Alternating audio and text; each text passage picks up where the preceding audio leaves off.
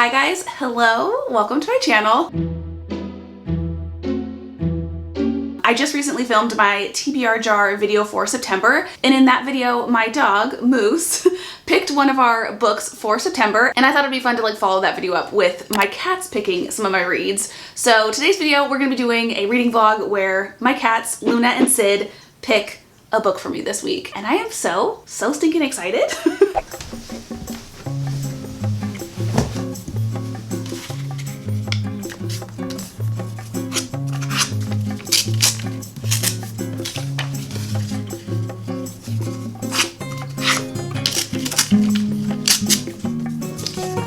I have my little pieces of paper cut out to put on top of our books, but then I also wrote down my cat's names. So we have a little Luna card and then a little Sid card, and I'm gonna fold these up and put them in this little glass jar, and we're gonna randomly select who's gonna pick the books first. All right, we have our two names, they're going in the jar, and then we're gonna kind of toss them around to make sure I really don't know which one is which. I think they're appropriately shuffled. Let's see which cat is going to be choosing first. We're gonna go with this one. I'm nervous for some reason. Oh, I think it's gonna be Sid. I can already kind of see through the paper. Sid is gonna be choosing for us first. And our book choices for this first round are gonna be Lore Olympus. This is a graphic novel about Hades and Persephone, and I just thought it would be fun to throw something a little different into the mix.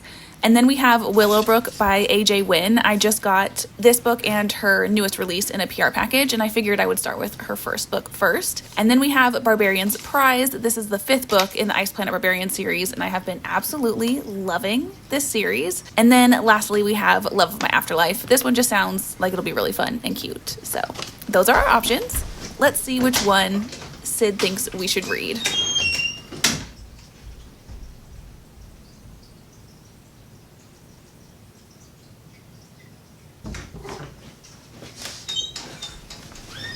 Wait. All right, here is Sid. I just woke him up from a nap, so he's kind of grumpy. Come here. You gotta pick a book. Over here. Can you smell them? Okay, I'm trying to get him to smell the treat so that he knows what he's looking for. He's abandoned the treat, but I think he's finally figured out what's going on. Or not. Why do you keep licking the floor? Tinny! What are you doing? This is Luna. She just helped me pick a book, I think, last month, so, or the month before that? I don't know, recently. So she should know more of what's going on. You're so close to them. In front of you. Turn around, Tinny. What is your deal, guys? There we go. Oh. She accidentally smacked all the books with her tail and then realized there was treats behind. Good grief. She's downing these before I even have a chance to tell you guys. You would think she was starving or something. But anyway, the first one that she grabbed was Lore Olympus. So we will be reading a graphic novel today, which I'm actually really excited for. I've had this on my TBR for a while, so I'm excited about it.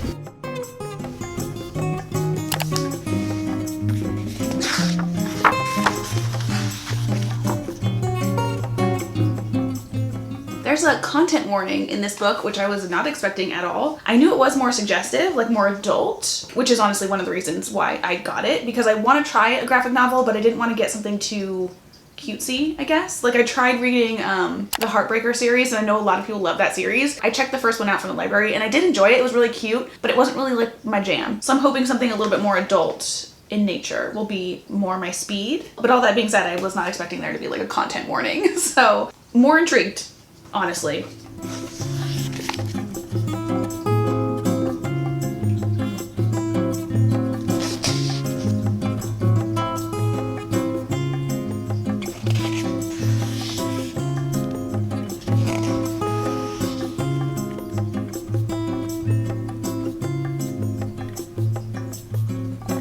The facial expressions in this book are cracking me up.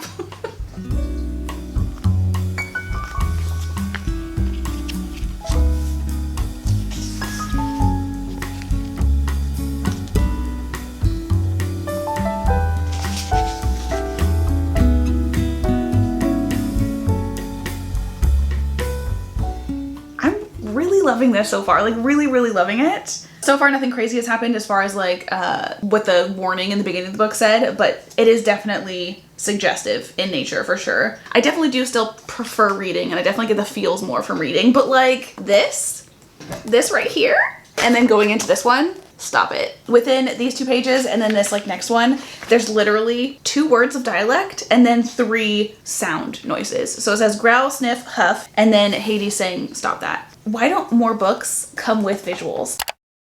We just finished Lore Olympus, and this was so good, like so much better than I was scared it was gonna be. But it did not disappoint. This is so good, and I definitely want to get the next one, especially because this actually ended with a little bit of a cliffhanger, which I was not expecting. I probably should have, because it is a series. First of all, the artwork in here is so good. Like I mentioned earlier, just like the facial expressions on a lot of these characters just cracked me up. I was literally giggling the entire time I was reading this. Also too, I just really loved the overall tone of the story. It has a very fun, lighthearted, kind of sarcastic-y type of vibe, and I love a sarcastic vibe. Also, we did get a little bonus chapter at the end, which apparently was supposed to be originally the 10th chapter, but according to the little blurb, which kind of explains why the bonus chapter was like not actually included in the story, the author and the editor decided to kind of change the direction of the 10th chapter, and then like the original 10th chapter just like didn't fit with the flow of the story, so they ended up just kind of like adding it into the end. And I'm really glad that they did do that and it wasn't just completely like taken away, because I'm not gonna like spoil anything from the story, but basically there's like an element to the story, and this little bonus chapter gives you a background to that element,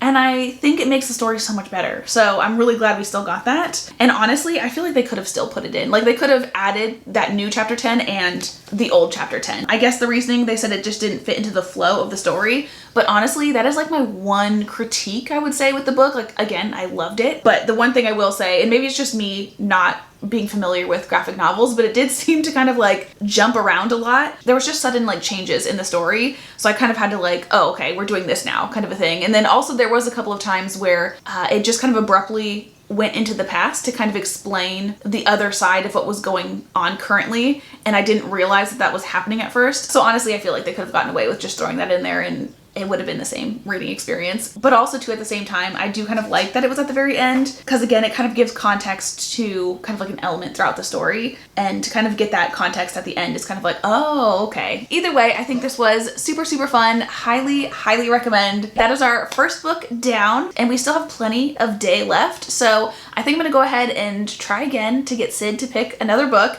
But first, I have a little present for the cats that I think they're gonna enjoy, and maybe it'll entice Sid to be a little bit more cooperative.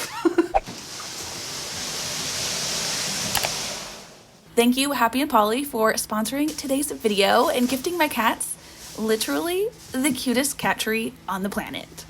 I am literally so excited for this. The one that we have in the living room, I just got off of Amazon, and it's all one color. This one has a bunch of really cute colors, and I am so stinking excited. The majority of the poles are like this color, but I kind of love that some of them are other colors as well. I'm sure the cats will also really enjoy the box, specifically Sid. He's a really big box guy. While I put together this cat tree, let's chat a little bit more about Happy and Polly. First of all, this website. Is this not the cutest, most aesthetically pleasing site you have ever seen? And it perfectly represents the kinds of products that you're gonna find on their website. They have everything you could possibly need for your cat, like supplies and furniture, and it's all, like I said, so cute. The cat tree specifically that I have is the Wonderland cat tree, but they do have a ton of other ones, and they all are, again, just adorable. And they even have some that are specific to the seasons. And of course, right now we are going into spooky season, and they have just like the cutest spooky season themed things. How fun would it be to change up your cat furniture every season? That is definitely a goal that I will be striving for. But like I said, they do have everything that you could possibly need for your cats. They have a ton of other things like really cute cat bowls, water fountains, beds, carriers, collars, toys, grooming supplies. They even have their own clumping litter, which again, the aesthetics, like I almost want to get this litter purely for the bucket that it comes in. But I do also love the fact that it is flushable, so I definitely want to try this in the near future, along with like 50,000 other things from their website. So I will definitely be shopping with them again soon. And if you also would like to shop, go ahead and check out the link in my description and use the code Jensen10 for 10% off of your order. All right, the tree is done. Is this not like the cutest freaking thing you've ever seen in your life? Got a cute little leaf right here. Loon's probably gonna be at the top most of the time. Sid will probably sleep in there a lot of times. This carrot will be attacked, like probably immediately. There's a little mouse hanging off the other one that we have in the living room, and they destroyed it like so fast. I'm absolutely obsessed with that little like leaf design in the back. This thing is so adorable, and I cannot wait to show the cats. So let's bring them in.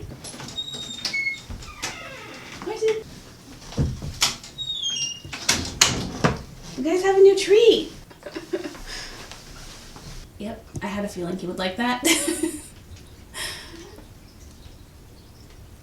He likes to sleep in things. Luna doesn't really like to do that. She likes to be aware of her surroundings. Like I said, she'll be at the top. He'll be down here.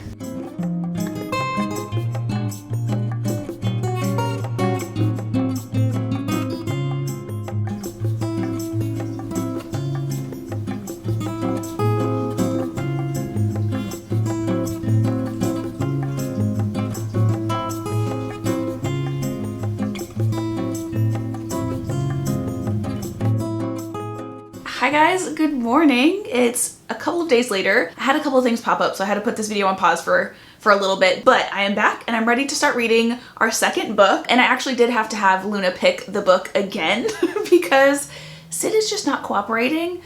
I was very much in a romance mood for this second round, so we went with The Love of My Afterlife, The Veiled Kingdom, and Manhunt.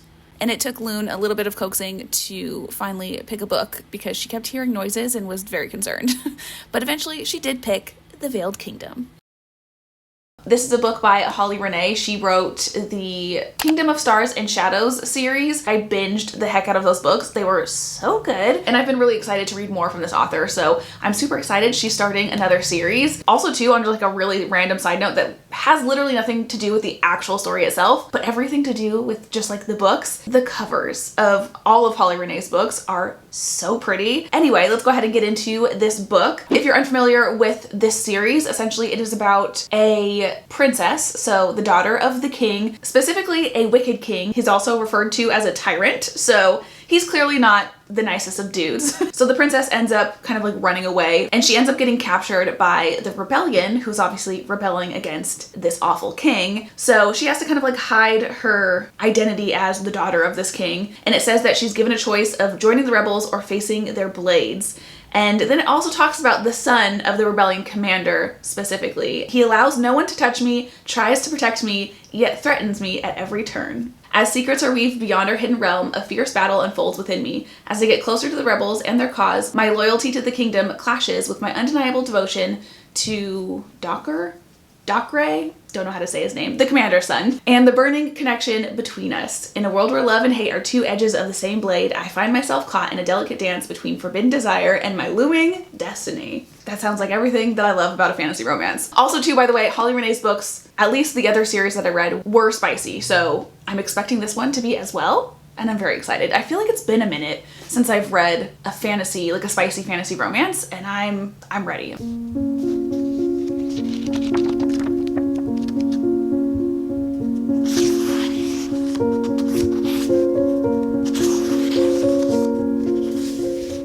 I love when books have pronunciation guides because I am the worst with names.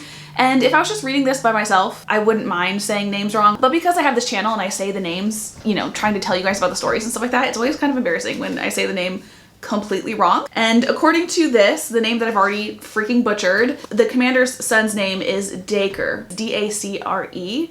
And to me that looks like Docker or Docra or something like that. But it's Dacre. And I did kind of flip through the chapters really quickly. This is a dual point of view romance, which is always my favorite. So we are going to be getting the perspective of Dacre and our FMC. And her name is spelled N-Y-R-A. And to me, that would be like Naira, but it's Nira. So I already know I'm gonna have a hard time with this book. All the rest of the names in here are ones where I pretty much would say them the way they're supposed to be said. Except for Kai, there's one that's K-A-I, but the pronunciation is K-A-I-H. Is that supposed to be Kai or K-I-A? K-I. Even with the pronunciation like broken down, I still don't know if I'm saying that right, but I'm just gonna say Kai because, I mean, good grief. Anyway, let's start reading, and our first chapter does start with Nira's. I almost said Naira. I'm literally already having a hard time. Okay.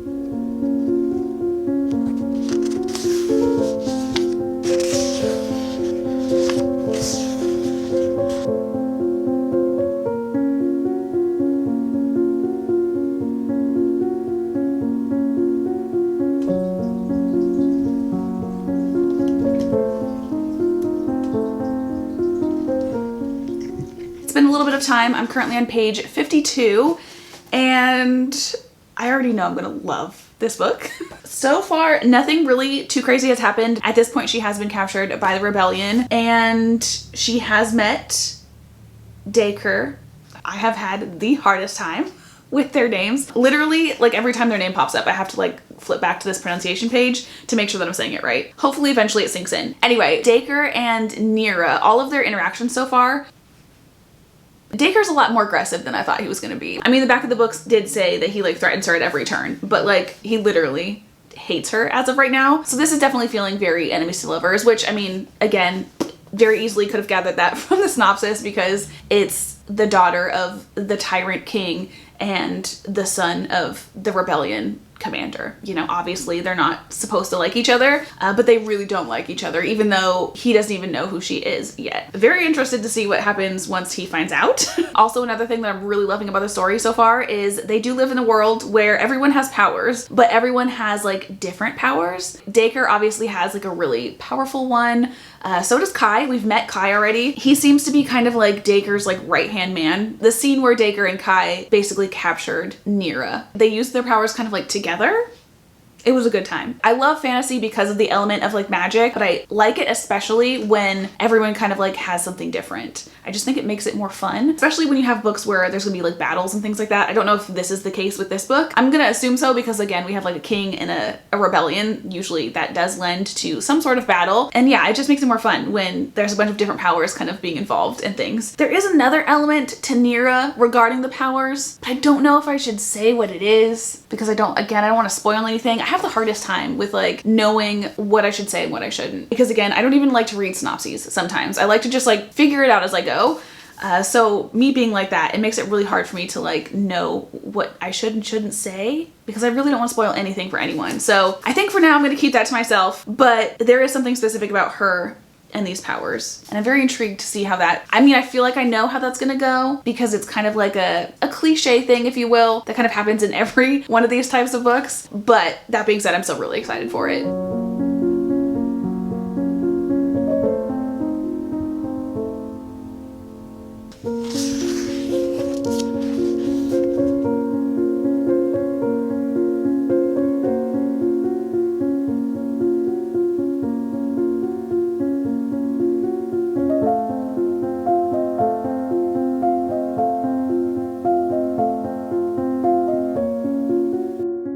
Hi guys, it's a little bit later. It's actually quite a bit later.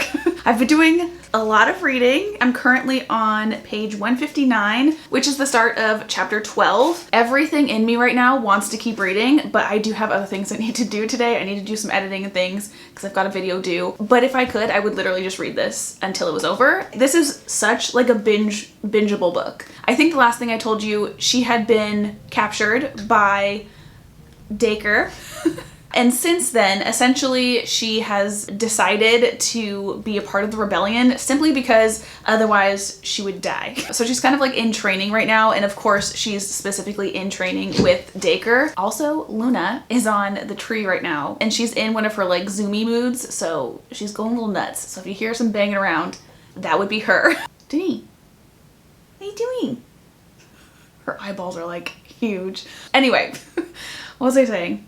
Nira is training with Dacre and she was really resistant in the beginning to it, but now she's kind of like, I think starting to like, you know, come around and kind of like adjusting to the life in the Veiled Kingdom, which is not actually called the Veiled Kingdom, but for the sake of the title of the book. That's what we're gonna call it. And that honestly really doesn't sound like much at all, but that is the majority of what I've read so far, is her just like training with him. He's kind of like only letting her train with him. He's constantly like making fun of her, but like not in a nice way, talking about how like, weak she is and all these things. She's also befriended and is kind of like roommates with Dacre's sister, which has been a really fun kind of dynamic. Originally, when they mentioned the sister, I thought she was much younger, but I think she's around the same age as Nira. That dynamic is really fun. I've been liking that a lot. And also I feel like it gives a nice relief because like I think I've said, like Dacre so far has been an ass. He's not been nice to her in any sort of way. Actually, I take that back a little bit. What I just read, like literally just read, they did have a little bit of a moment of, you know, normalcy, but that also might be due to another character that we've just met recently. There's another character called Aaron, and we've just met him, and I don't know how I feel. I'm obviously not gonna say like how we've met him and like his circumstances, but so far so good. Like he seems like a good guy. However, I do have like a feeling maybe it's not what it seems. And I'm kind of honestly hoping that that's not the case, but then also in a way I am. I wish I could elaborate more so it'd make more sense. I think that's really the only updates that I have so far. We are about halfway through this book, so we're moving and grooving, but I do have, like I said, other things to do, unfortunately. So I have to put this book down for the day, but we will come back tomorrow and read some more. Hi guys, welcome to a new day of reading. I am literally so excited to get back into this book, but before we do that, I have yet another present from Happy and Polly, and I'm so freaking excited. This is kind of more of an upgrade for them. It's nothing that they're gonna be excited for, but I'm really excited for it. And by the size of this box, I'm thinking this is way bigger than I was originally anticipating. Okay, I think I'm gonna actually have to break the styrofoam to get this out. Okay, it looks like it snowed in here now. She's free. Oh my god, this is so cute. Here she is. Is this not the cutest little bowl you've ever seen in your freaking life? Oh, there's more styrofoam pieces in there. Obviously, I do have 2 cats, so I do need another dish of some sort, but for now, we have this one, and it is so stinking cute. I'm very excited. I'm kind of like in the process of wanting to kind of like upgrade all of their things, make everything like super cute and stuff, so we're on to a really great start. Anyway, let's go ahead and get back to our book, because like I said, I am literally so excited.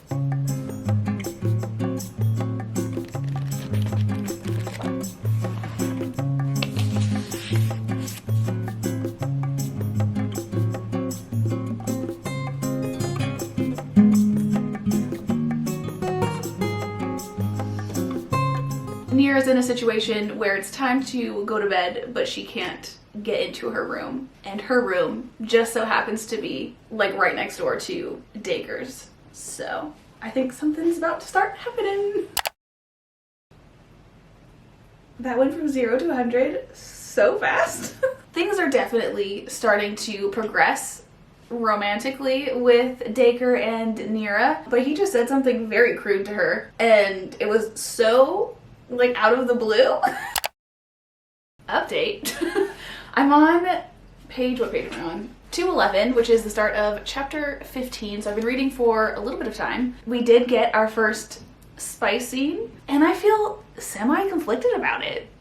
I feel like I say this all the time, especially recently, but like I love a dark broody dude, and my favorite thing ever is when they're kind of like really aggressive to begin with, or they're just kind of like more violent, and the girl kind of like slowly wears him down. I don't know what it is about that, but I freaking love it. But when it comes to spice specifically, like when it's happening, I don't love the aggression. Like to a degree it's all right, but like, I don't know.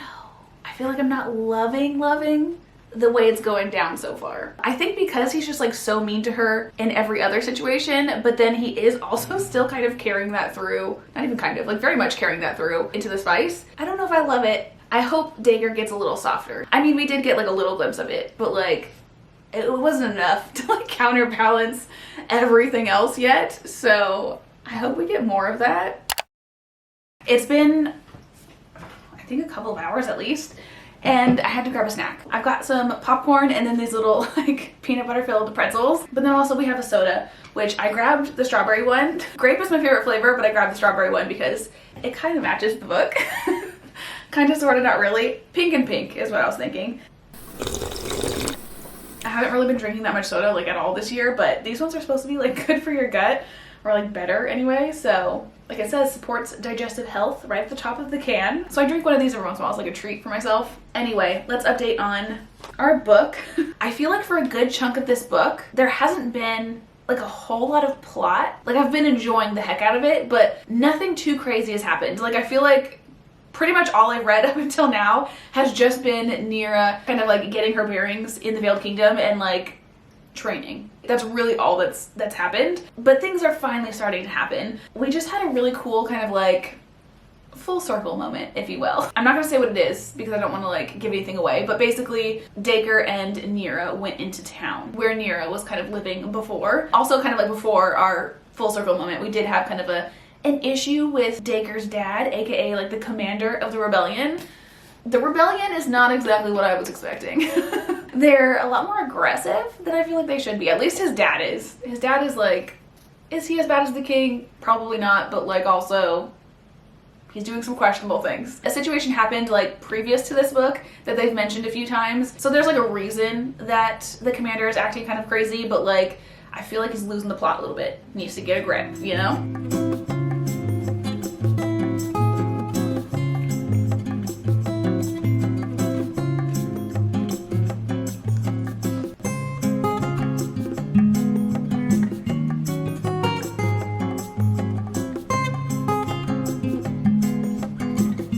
Well, things just blew up. Not literally. Nira's secret is officially out, and we have so little left of this book. Oh no. I am speechless. Feels so weird just like ending this video now and just being like, okay, final thoughts on this book, because the nonsense of that ending. This obviously leaves off on a cliffhanger. It is the first book in a series, but like the way that it ended, so brutal. I have thoroughly enjoyed this book, but my one issue consistently has been Dacre. I've already talked about how aggressive he is and things like that, but then also there has been multiple other spice scenes since that original one, but every single one of them has made me felt uneasy. He just has like a special knack of, I don't know, like they're intimate, which I feel like is such a vulnerable position for someone to be in, especially because Nira is a virgin. So any kind of anything intimacy that they have is obviously going to be 10 times, you know, more of a vulnerable position for her. And yet he just has a special knack of just saying the worst things. They have like a moment and then he like totally ruins it with saying something to like embarrass her or make her feel, I don't know. I feel like if I was Nira in like every single scenario, I would just feel so used and gross after. I thoroughly enjoyed this book and I again cannot wait to get to the next one. I literally want a book buying ban, but I think I might put it on a very brief pause to get the second book. Maybe my library has it. I don't know, but I need to read the next one some way, somehow. But the one thing is their kind of like intimacy is just not doing it for me. It's like it starts to, but then again he opens his mouth and it's just like, ugh, gross. I do feel like this book is very much a first book in a series. Like it kind of did a lot of like background work and not a whole lot of like plot progression until, you know, this last little bit or so. So I'm expecting the next book to be like jam-packed with all action. I guess I would give this book, I want to say easily a 4-star. I think I'm going to sit at a 4 for right now. That feels good. And then as far as our spice level, I'm going to give it a 2. There was definitely a few spice scenes in here, and I do feel like there was more spice than necessary, especially because they did kind of like save it till the end. And then also too, just like on a personal side note, again, the spice in this book was definitely not my favorite, which is kind of disappointing just in the sense of like, I did read A Kingdom of Stars and Shadows by this author and I ate every single second of those books up. This one, the spice is not doing it for me, just because again, Dacre's totally ruining it, but also for the simple fact that Nira is a virgin, and I kind of hate that when it comes to spice, just because the things that end up happening just seem so unrealistic to someone that's a virgin. I feel like I could have enjoyed them just a little bit more had I not had it in the back of my head the entire time that like this is so much for someone with literally zero experience, like not even kissing someone, you know what I mean? So I really wish authors in general would stop making virgin leads in spice books because it doesn't work for me. I kind of hate it. So anyway, that is everything that I have for this video. I hope you guys enjoyed kind of seeing my cat's pick, or rather my cat pick some books for me this past week. I hope you guys have had the most amazing of days, and I will hopefully see you in the next one.